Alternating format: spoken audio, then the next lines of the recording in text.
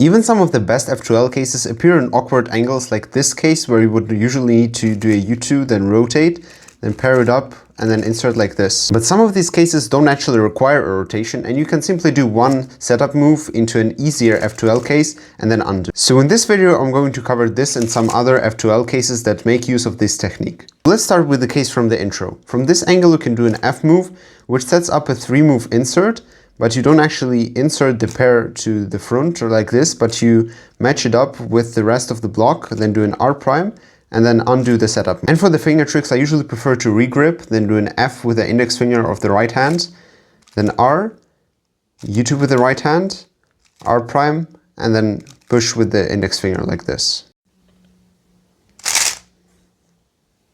Next up we have this case where two of the same color are on the top and white is facing this way, so you would usually need to do U2 and then rotate and then pair them up like this, U2 and insert. But what you can do instead is from this angle do an M prime setup move and then solve this case. But since this case just begins with R, you can from the very beginning start with an R wide, then basically solve this case. So U prime, R prime, U, R, U, and then finish it off with R wide prime, simultaneously putting the pair and solving the M setup move.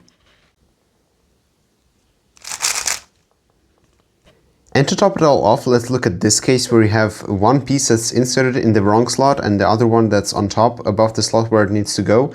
What usually people would do is take it out and then rotate and back insert, but there is a better way of doing that, because basically all you need to set this up into a 3-mover is an R move, and then you can do the case and then undo the setup move, which is why from this angle you can do an F and then back insert like this and then F prime. The way I usually like to finger trick this isn't probably the best, but what I do is regrip and then do a F prime push with the ring finger, then L, then U, and then L prime, and then push with the ring finger again.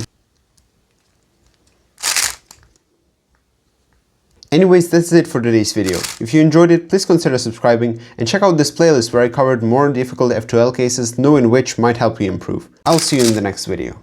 Bye.